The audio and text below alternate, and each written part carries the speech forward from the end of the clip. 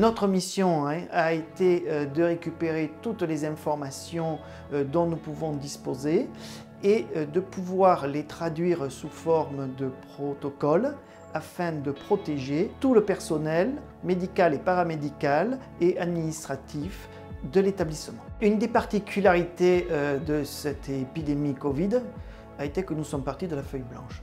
Personne n'avait l'expérience d'une situation où nous ne maîtrisions pas l'agent infectieux.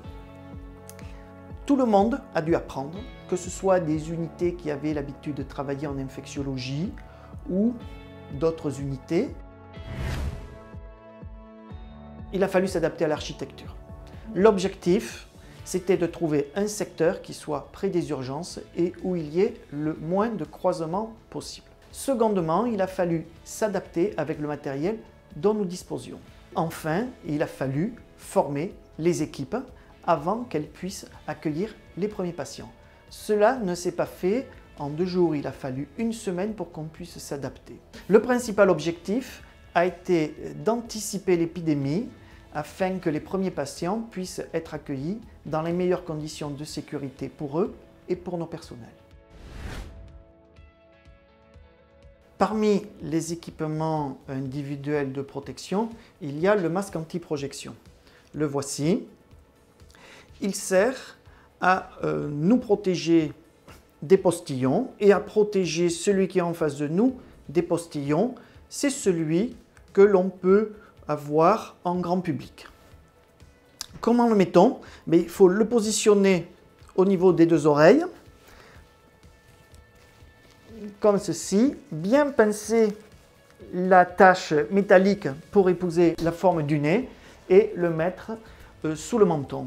Vous protégez celui qui est en face de vous et vous êtes protégé de celui qui est en face de vous. Il faut éviter de le toucher régulièrement. Pourquoi? Parce que si quelqu'un a projeté des postillons sur le masque, vous pouvez vous contaminer les mains.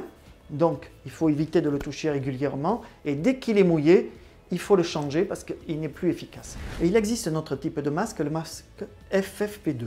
Or, ce masque, il est réservé à usage professionnel pour les gestes à risque chez des patients Covid. Il n'est pas utile de l'avoir en ville. Il est beaucoup plus compliqué à mettre que le masque anti-projection. Je vais vous montrer. Il faut d'abord l'ajuster au visage.